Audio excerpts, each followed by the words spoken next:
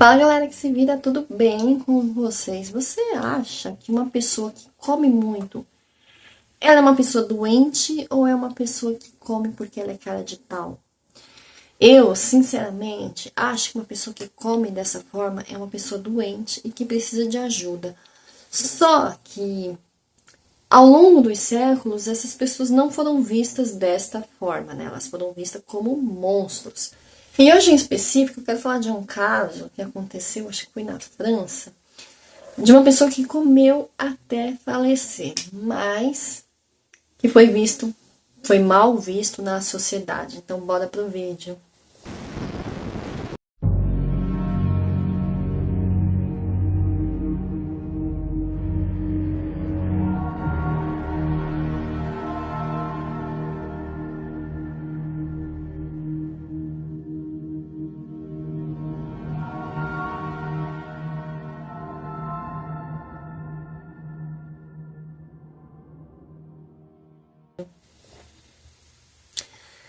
E sejam todos muito bem-vindos a este canal. Se você for novo ou nova por aqui, por favor, se inscreva neste canal, curte, comenta, compartilha e ativa o sininho de notificações, que é para você saber quando que tem vídeo novo. O meu nome é Maria Cláudia e este é o canal Depois dos 30 a gente se vira.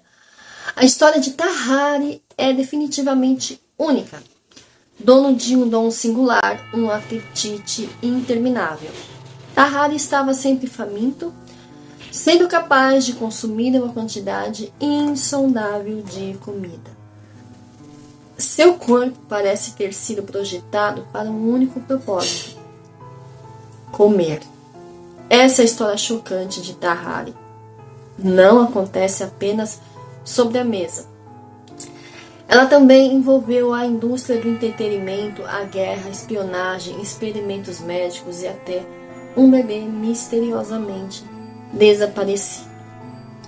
Nascido em Lyon, na França, por volta de 1772, Tahari foi uma criança incomum desde o início.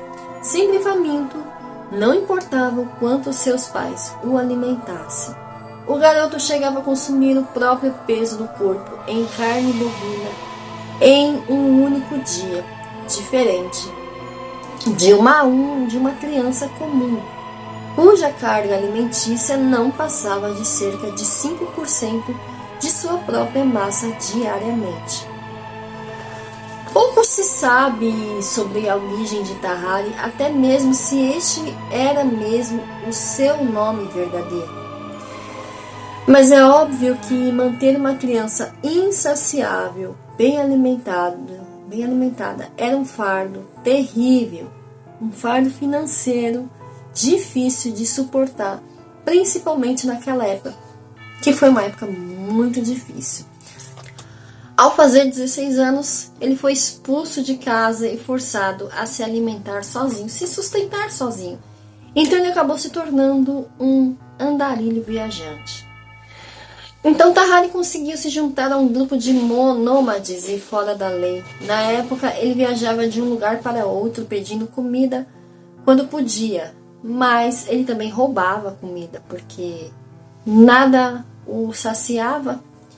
Até eventualmente encontrar outro bando de prostritos que se apresentava como um espetáculo de aberrações para facilitar os furtos. Como seu dom era algo inédito, Tahari precisava apenas fazer o que ele fazia de melhor: devorar cestos e mais cestos e mais cestos de comida. Eventualmente, ele passou a comer objetos como rolhas e pedras, demonstrando não haver nada que ele fosse incapaz de digerir no seu espetáculo de Buda. Então você imagina, as pessoas paravam para assistir aquilo como se fosse um espetáculo, e ele começava a comer sem parar, e as pessoas assistindo, bem bizarro, né? E ele era um carnívoro ao extremo. Ele não se contentava, sabe? Ele começou a adquirir o hábito de consumir animais vivos.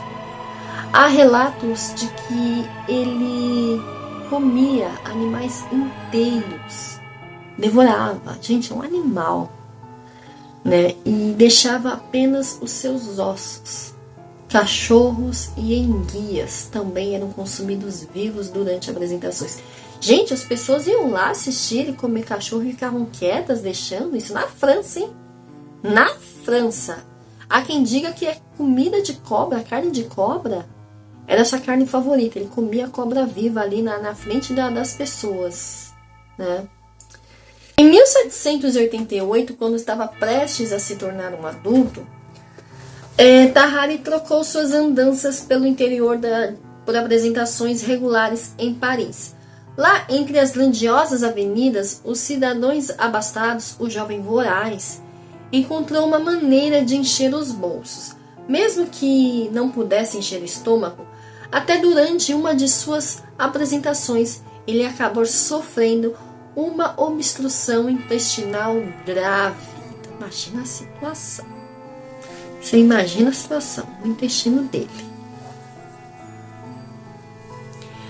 Ele foi salvo por espectadores que levaram ele ao hospital do Hotel do Yeng, não sei falar o nome, me desculpe, onde a Tahari seria submetida a um tratamento com poderosos laxantes. Quando se recuperou, gente, eu fico imaginando esse homem tomando laxante. Se recuperou, o comilão queria comer as joias do médico, o cirurgião M. Girard, não sei também pronunciar. Mas o profissional, né, falou para ele que se ele comesse as joias dele, ele não ia hesitar em abri-lo e pegar suas joias de volta. Então, assim, né, é melhor você não comer minhas joias, porque senão eu vou cortar você ao meio, vou te abrir e recuperar minhas joias, né? Talvez por isso ele não tenha comido, né? Porque é bem capaz que ele comesse mesmo. O que mais intrigava em Tahari era a sua aparência, porque apesar de comer constantemente, aos 17 anos ele pesava um pouco mais de 50 quilos, bem como demonstrava total competência mental em todos os seus aspectos, exceto, é claro, pela gula. A principal consequência física perceptível da dieta bizarra de Tahari é que ele tinha a pele extremamente flácida, tudo era caído nele, né? Constantemente faminto, o francês passava por um processo regular de inchaço e esvaziamento. Talvez isso explique a sua pele excessivamente flácida, né, aos 17 anos. Então não é comum uma pessoa de 17 anos ter a pele tão flácida. Então assim, ele enchia, é um peixe baiacu, né, e depois, né. Então, né? Mas também diziam que ele tinha dobras, né? Que a barriga dele, então a barriga dele tinha muitas dobras. Então, né? Ele também tinha alguns efeitos colaterais, como o aspecto físico desagradável consequente dos seus hábitos alimentares, é que ele tinha um forte odor. Ele fedia, né? Vamos falar um português claro.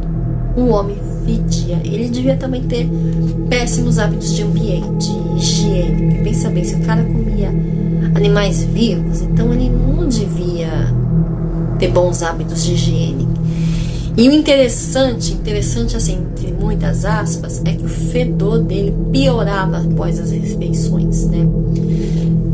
As pessoas diziam que Tahari tinha o rosto rosado, olhos sempre vermelhos e vapores sempre visíveis na sua superfície da pele. Então ele estava sempre evaporando, né?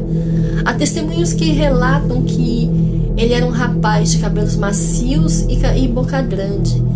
Outros dizem que ele tinha lábios finos e dentes descoloridos. Quando ele estava vazio, a sua pele da sua barriga podia ser enrolada em sua cintura, quase como assim. Então a barriga dele, quando estava vazia, ficava extremamente flácida e dava até para enrolar, assim. Então, fico imaginando que a pele dele devia... Então ele devia ter um metabolismo muito acelerado, né? Para ele comer e conseguir evacuar tudo aquilo assim tão rápido, né? Quando Tahari tinha 19 anos de idade, a França foi o palco para a guerra da primeira coligação.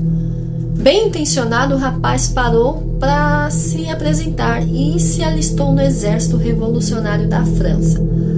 As módicas rações militares da época, no entanto, não eram suficientes para sustentá-lo. E não demorou para que ele passasse a fazer bicos para os companheiros em troca de comida. Deixa eu tomar uma água. Com o tempo, ele precisou pegar comida do lixo para se satisfazer, o que acabou fazendo com que ele fosse parar no hospital. Então imagina a intoxicação alimentar que esse cara pegou, né? O exército, é incrível que o exército aceitou uma pessoa totalmente flácida, né? Mas vamos lá, né? O exército se viu obrigado a quadruplicar seus alimentos, seus suprimentos. E ainda faminto, ele continuava procurando o que comer nas pilhas de descarte que era abandonado por outros pacientes e até, meu Deus, materiais alquímicos do boticário. Por causa disso, as forças armadas determinaram que o francês deveria ser estudado pelos cirurgiões do exército. Só que em vez de dispensar Tahari, os cirurgiões Corville e Baron Pierre François Percy decidiram estudar sua condição. Há quem diga que era necessário vigiar qualquer comida servida nas imediações do paciente para que ele não consumisse absolutamente tudo, senão as outras pessoas ficariam também totalmente sem comida. Em determinada ocasião, um grupo de 15 trabalhadores preparou uma refeição de 2 tortas de carne acompanhadas de banha, sal e 4 jarras de leite ao lado do hospital. Ao ficar sabendo disso, os médicos resolveram dar o banquete a Tahari, que supostamente acabou com tudo e foi dormir com a barriga inflada. Enquanto os cirurgiões militares realizavam seus experimentos para desvendar a origem da condição de Tahari, o general Alexandre de Beauharnais sugeriu outro teste, fazendo comer caixas de madeira repletas de arquivos confidenciais. Olha que ideia interessante, talvez ele possa comer arquivos. A ideia era de que o comilão pudesse atravessar linhas inimigas e entregar mensagens ao outro lado, passando impune por qualquer tipo de revista. Tahari topou na hora, e foi assim que ele levou as instruções internas. São instruções internas, 2 vezes internas, e olha só, o trocadilho não é bem trocadilho, porque as instruções internas realmente estavam internas, para a liberação de um coronel capturado através dos territórios ocupados pelas redondezas de Neustadt, na Prússia, disfarçado de camponês. Só que, infelizmente, o plano do general não deu muito certo. Não foi tão bem sucedido quanto esperava. Tahari era um homem estranho, fedido, que não sabia falar alemão. Então, assim, ele já chegou lá causando estranheza. Então, em pouco tempo, os inimigos resolveram capturá-lo. Revistaram e começaram a interrogar. Realmente, o que esse porco fedorento está fazendo aqui? Não fala a nossa língua, o que ele quer? Ele não ia passar despercebido, então não adianta falar que ia ser fácil, né? Só que assim, o interrogatório não é um interrogatório com carinho, né? Olá, falando de tal, de onde você vem, para onde você vai? Não. Ele estava desacostumado com esse tratamento carinhoso. Estar desacostumado com esse tratamento carinhoso, ele acabou entregando tudo. Não demorou, ele revelou todo o segredo. Tudo o que os prussianos precisavam fazer era esperar para reaver as informações enviadas através do estranho espião. Então eles esperaram. Eles esperaram o porco esvaziar. E aí houve uma ordem de execução. Alguma pobre alma do exército inimigo eventualmente resgatou a mensagem que, na verdade, você se tocou. Uma pobre alma do exército inimigo eventualmente resgatou a mensagem, coitada, teve que limpar a mensagem, que na verdade era uma distração muito bem executada pela parte do general lá francês. No lugar de uma mensagem de valor, a mensagem que viajou dentro do Tahari era apenas um pedido de confirmação para quem quer que havia recebido. Então, assim, era só um pedido de confirmação. Talvez fosse só uma experiência para ver se ia dar certo. Porque se desse certo, aí eles iam mandar mais. Ia ser o primeiro WhatsApp via retal. Gente, olha que loucura. Eles enviaram o Tahari com a mensagem dentro da pança, que ia ser evacuada. Depois que fosse evacuada, ele ia ler a mensagem cheirosa. E aí, ele se confirma que recebeu a mensagem? Sim, né? Não tinha os dois vistos naquela época. E aí, confirmando, aí sim ele enviaria as verdadeiras mensagens pelo Tahari. Como não deu certo, então a mensagem verdadeira eles não... Muito boa, gente, muito boa. Esse general é muito esperto. E o coitado do Tahari foi levado para a forca. Ao ser levado em direção à forca, Tahari expressou a tristeza de alguém que testemunhava o final de sua vida bizarra. Todavia, entre Ló e a queda, o general Joegli mudou de opinião. Seja por piedade, ele sentiu pena do rapaz. Ele sentiu tanta pena que mandou de volta para a França. Mas antes de mandar para a França, deu uma bela surra. Então o coitado apanhou muito. Eu não sei, gente. Eu não sei se eu tenho pena ou não, ou se eu tenho nojo dele, mas às vezes eu tenho pena, gente. Coitado. E ele foi procurando ajuda, né? Ao se deparar tão perto com a morte, Tahari decidiu mudar de vida. Ao retornar para a França, o glutão estava determinado a se tratar e talvez acabar com esse constante e debilitante apetite. Com a ajuda de Baron Percy, eles avaliaram a condição para o qual não havia um panorama médico definido até então. Um tratamento através de um laudanum não confirmou, não adiantou. O que é um laudanum? Vou procurar o que é um laudanum e colocar aí para vocês. Bem como um vinho de vinagre. Vinho de vinagre não ia adiantar. Pílulas de tabaco, ovos cozidos. Nada desses tratamentos experimentais funcionavam.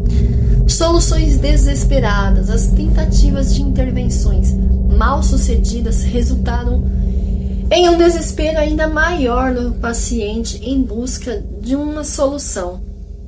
Sem comida suficiente à sua disposição, durante a sua internação, Tahari fugiu cidade afora e passou a competir com cães de rua por comida velha abandonada nas valas. A situação se tornou mais dramática quando Tahari foi pego bebendo sangue de pacientes ou comendo pedaços cirúrgicos de procedimentos cirúrgicos e cadáveres no necrotério. Então ele começou a comer defunto. A população local começou a sugerir que o rapaz fosse internado em um hospício, mas Percy insistiu em tratá-lo pessoalmente. Foi então que um bebê de 14 meses desapareceu da cidade e todos acusaram Tahari. Nos últimos dias de vida nunca houve provas do envolvimento do glutão com o desaparecimento do bebê, mas ele foi expulso do hospital e rejeitado pela população local. Cerca de 4 anos mais tarde, em 1778, Baron Percy recebia uma mensagem do Hospital de Versalhes assinada por M. Tessier, alertando de que Tahari estava internado e que queria sua presença. Com a certeza de que estava sofrendo de um desconforto causado por um garfo de ouro que engoliu alguns anos antes e que não havia eliminado, Tahari solicitou auxílio médico. Percy sabia que o problema era outro: a infame tuberculose. Então ele estava com tuberculose já. O comilão profissional ficaria um mês internado até sucumbir à doença, ao lado de Baron, seus estimados 26 anos de idade. E aí, depois de sua morte, teve uma terrível autópsia. Os cirurgiões de Versalhes se recusaram a tocar em seu corpo, pois ele avançou muito rapidamente pelos estágios de decomposição. No entanto, Percy e Tessier, no entanto, não conseguiram conter a curiosidade, sem contar que eles estavam querendo encontrar o tal garfo de ouro. Mas os médicos não contavam com as particularidades biológicas incomuns do corpo de Tahari. No meio da autópsia, eles precisaram parar. O cheiro era forte demais para qualquer pessoa aguentar. Segundo os presentes, as entranhas do rapaz estavam putrefatas e imersas em pus, com um fígado imenso e inconsistente, a bexiga enorme, o estômago desmorfo, úlceras em todo o interior do abdômen. Pelo que foi observado, o esôfago do cadáver era anormalmente largo e podia portar volumes inconcebíveis para pessoas comuns. O estômago, obviamente mais volumoso do que de qualquer pessoa de porte menor ou de porte semelhante, preenchia a parte cavidade abdominal de Tahari. Os cirurgiões concluíram que o apetite voraz que amaldiçoou Lutão por toda a sua vida, na verdade, era uma consequência das suas particularidades físicas e não a causa delas. As particularidades de sua nutrição eram afetadas diretamente pela superfície interna dos seus órgãos enormes, que nunca estavam preenchidos. O garfo nunca foi encontrado. Gente, eu tenho pra mim que a história do garfo foi uma forma dele conseguir ajuda médica. Ele chegou lá no hospital falando assim: olha, engoli um garfo de ouro e tô passando mal, né? Talvez tenha sido isso. Mas pelo estado que estavam os órgãos dele por dentro, cheio de pus, cheio de problema, com tuberculose ou não, ele não ia mesmo viver muito mais tempo. E pelo que a gente viu, tudo isso era uma doença, e uma doença grave. E talvez ele já tenha nascido com essa doença. Então, às vezes, a pessoa que sofre, né, que come assim, dessa forma, desse jeito, talvez o dele seja um dos casos mais graves da humanidade. Mas, assim, em casos mais leves, né, talvez seja uma doença que precise justamente disso, né, de tratamento, né. E é isso, e o Soluço tá latindo hoje, hein? O Soluço não tá aqui hoje com a gente, mas tá latindo. História bizarra esse do Tahari. Me diz o que você achou dessa história, se você gostou, se você não gostou. Você tem direito de não gostar dessa história. Mas é isso, eu só quis trazer a gente ver as pessoas com outros olhos, né? Porque às vezes a pessoa tem um distúrbio e às vezes não é nem mental, né? É físico, né? No caso dele, os órgãos dele eram enormes, né? Nunca estava cheio. O estômago dele era muito grande, o esôfago era muito grande, né? Hoje a gente sabe que dá para resolver isso de forma cirúrgica, né? Diminuindo o estômago, né? Enfim, naquela época não era possível, né? Mas é isso, muito obrigada por ter assistido até aqui. Um beijo e até o próximo vídeo. Tchau!